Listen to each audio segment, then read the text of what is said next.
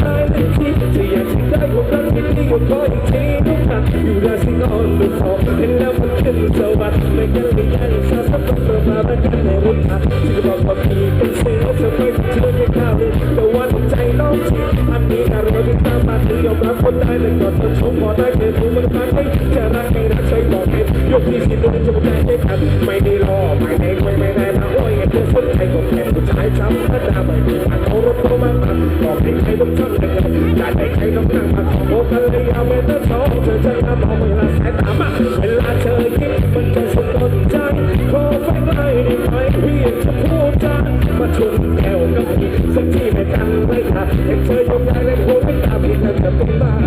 จะเกิดกับน้องไม่มีใจก็ช่วยสายทันทีที่อยากจะได้ของรักที่ดีก็ขออีกทีลูกกันอยู่ได้สิ่งอ่อนก็พอเห็นแล้วมันขึ้นสวรรค์ไม่กันเลยอยากสาสักคนเรามารักกันในรุ่นอ่ะที่เราบอกพี่เป็นเสือเธอไม่ต้องเชื่อในข่าวลือแต่ว่าถูกใจน้องจริงอันนี้การรู้ที่ทำมาที่ยอมรับคนได้เป็นก่อนถ้าชูบอกได้เธอรู้มันพักนี่จะรักไม่รักช่วยบอกให้ดูยกที่สิ่งที่ถูกใจให้กันหน้าตาดีแต่ยังไม่มีสามีเสียงมาเลยกลุ่มนี้ทั้งหมดเลยขอบคุณมากไม่ห้างหาซื้อได้เจอกันแน่นอนอย่าเพิ่งนั่งนะอย่าเพิ่งนั่งนะเยอะ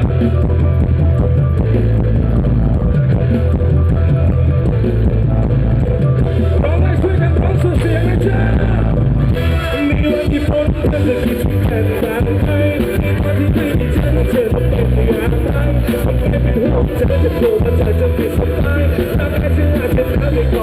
ต้องการใจคุยกันผ่านไอ้โน้ไม่สนใจก็ไม่ได้ขอเธอแต่เอาแค่ไม่คิดว่าสิ่งเราบอกว่าก็คิดถึงแล้วแม้ผมจะช่วยอยากทำสมบูรณ์ต้องการเธอไม่อยากให้เป็นแบบนี้อยากให้เป็นต้องไม่ขอเธอโอเคอย่าเพิ่งนั่งนะอย่าเพิ่งนั่งนะเอาเรือวันรู้ว่าที่ไม่โซ่อยากใช้คนใครก็มีแต่เธอนั้นคนดีขอบคุณที่เติมให้เป็นสิ่งที่ฉันนั้นไม่มีให้เวลาที่อยู่กับเธอตัวฉันก็มีความสุขและคนเวลาเอาไว้ในตัวคิดถึงแม้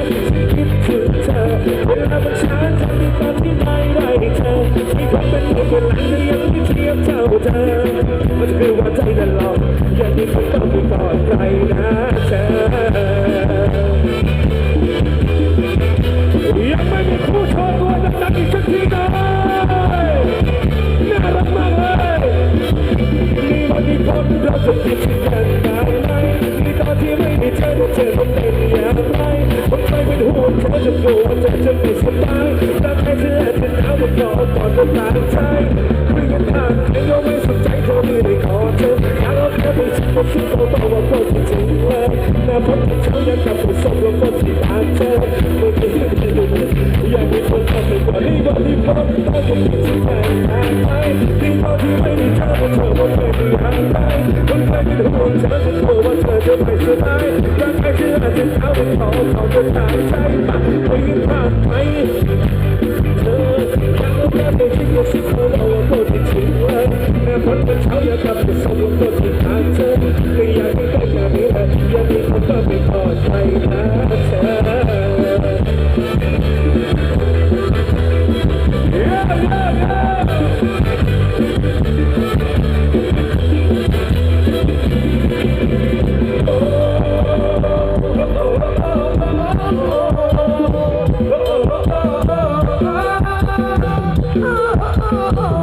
Oh